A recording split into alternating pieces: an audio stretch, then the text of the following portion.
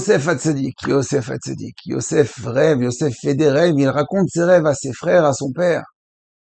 Mais très vite, ces rêves vont se transformer en véritable cauchemar. Les frères de Yosef jalousent Yosef, ne comprennent pas le message que Yosef vient leur apporter.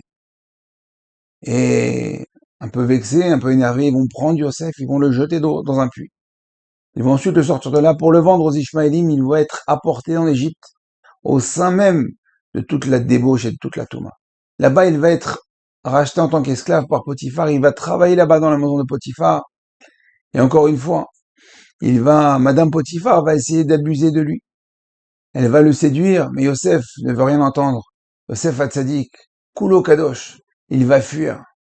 Mais Madame Potiphar, très vexée de ce comportement, va comploter contre lui, il va réussir à le jeter au cachot. Yosef se retrouve en prison, un jeune perdu, plus de parents, plus de frères, plus rien du tout, loin de la maison. Il se retrouve dans une cellule où il va partager la cellule avec des ministres qui, eux, ont fauté et doivent aussi purger leur peine dans le même cachot que Yosef. Alors évidemment, le rang social entre Yosef et eux est un monde. Yosef est un esclave juif, et eux, ils sont ministres du roi, doivent purger une peine, ils savent plus ou moins pour combien de temps ils vont prendre. Évidemment, le dialogue entre les deux ne se fait pas puisque un juif ne peut pas parler à un ministre égyptien. Mais quand bien même la Torah, au chapitre 40, verset 3, vient nous montrer que Yosef s'inquiète de ses colocataires. Yosef, le passage nous dit que Yosef leur demande, mais pourquoi avez-vous mauvaise mine aujourd'hui? Pourquoi vous avez comme ça vous n'avez pas l'air content? Alors, évidemment, ils sont en prison. Alors, Yosef leur demande, mais aujourd'hui, c'est différent que d'habitude. Vous savez que vous faites tout le temps la tronche, mais là, c'est beaucoup plus prononcé. Alors, les deux racontent qu'ils ont fait des rêves qui sont un peu perturbés par leurs rêves. Alors, chacun raconte son rêve et Yosef interprète les rêves.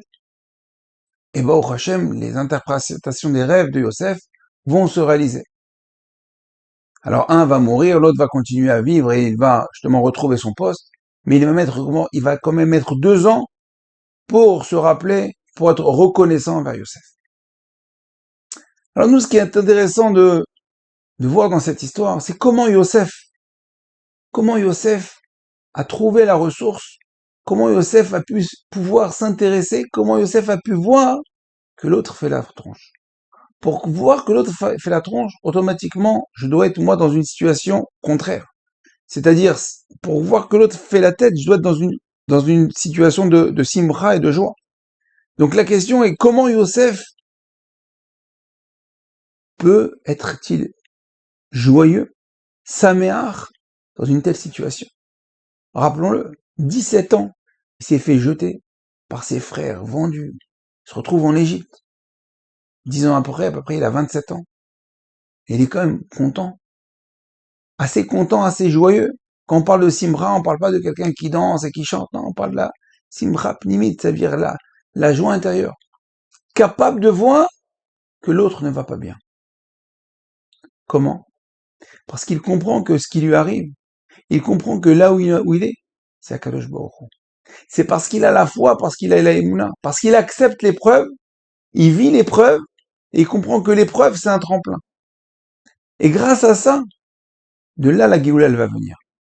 Parce que de la question qu'il a posée, de la question, de le fait qu'il se soit inquiété de ses colocataires, il leur a demandé, mais vous avez mauvaise mine aujourd'hui? Ah bon?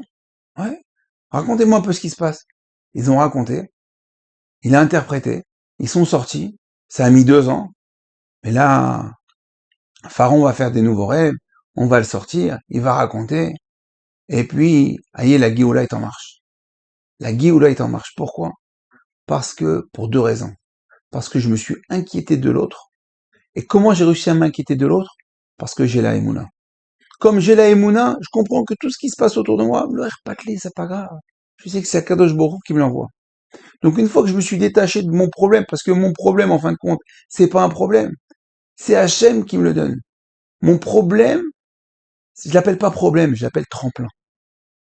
Donc comme pour moi c'est un tremplin, maintenant je suis libéré et je suis capable de voir ce qui se passe autour de moi.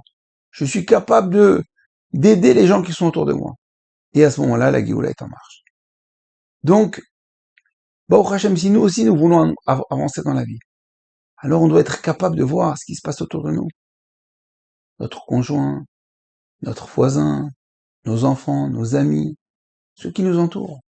Comment on peut être capable de voir ça? Parce qu'on sait que tout ce qui se passe autour de nous, c'est Akadosh Baruch Hu. On est un pion. On est l'accessoire d'Akadosh Baruch Hu. Et tout ce qu'il nous fait, c'est que pour notre bien. Remplacer le mot problème par le mot tremplin, et on va pouvoir avancer. On sera dans une dynamique de Géoula, dans une dynamique de délivrance.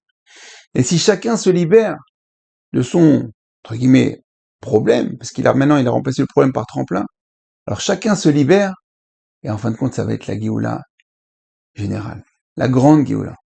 Alors, Bezrat Hashem, qu'on ait le mérite de comprendre, d'accepter, de pouvoir remplacer le mot problème par tremplin, de se libérer, de voir et de s'inquiéter de ce qui se passe autour de nous, et qu'on soit zoré, méritant de voir la Géoula Shelema, Bimera Beyamenu, Amen, Shabbat Shalom, Kol.